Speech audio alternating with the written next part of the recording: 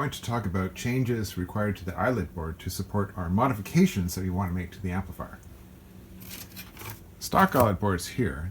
So what I did is I put it down on some engineering paper and I traced all the holes. So what you see in the paper is an exact representation of the Eyelet board. Now, if we can see here, is that here's the phase splitter.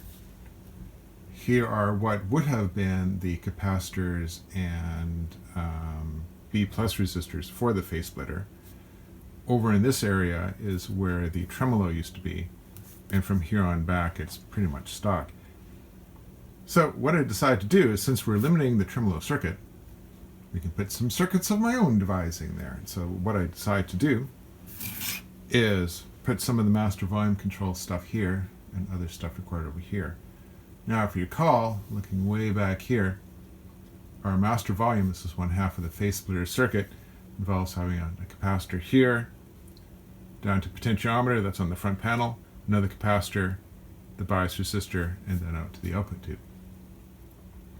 So what I decided to do is, this resistor and this capacitor are usually over here. I've moved them over here. So this is my B plus connector, this is 100K, 820K, and for this particular application I decided to use the 250K master volume control just for the first attempt to see how it goes.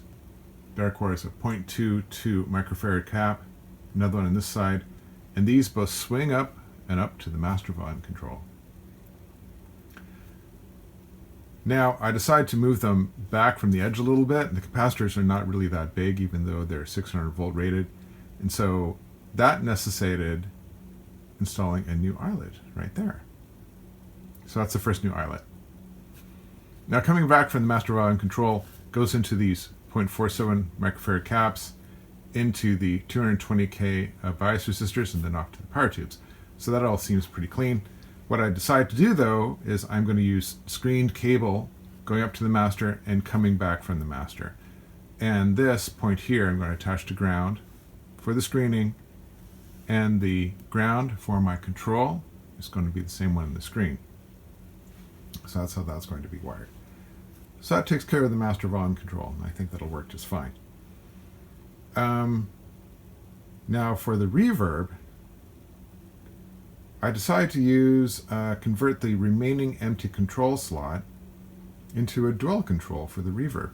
Now the reverb send stuff here, and the reverb driver power tube, the reverb driver tube, which is actually a preamplifier tube used as a power amplifier to drive the reverb tank, is here.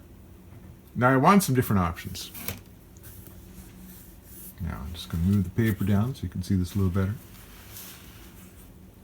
One option for a dual control is to replace the 1 mega ohm grid leak resistor with a potentiometer. So this comes from the preamplifier circuit, and that goes into the tubes for the reverb driver. This is nice, but it takes control all the way down to 0. So if you turn it all the way off, you have no reverb whatsoever. I thought, well, maybe it's best to split that over 2 different resistors. So here's your dual control. This goes to the reverb driver. And here's an extra resistor to give the dual control a little bit of a stop.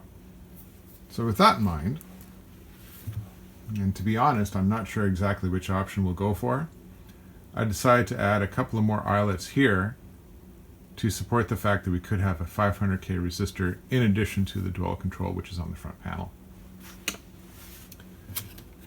So I took those and added the appropriate eyelets, which is this one here, that guy there, and that guy there.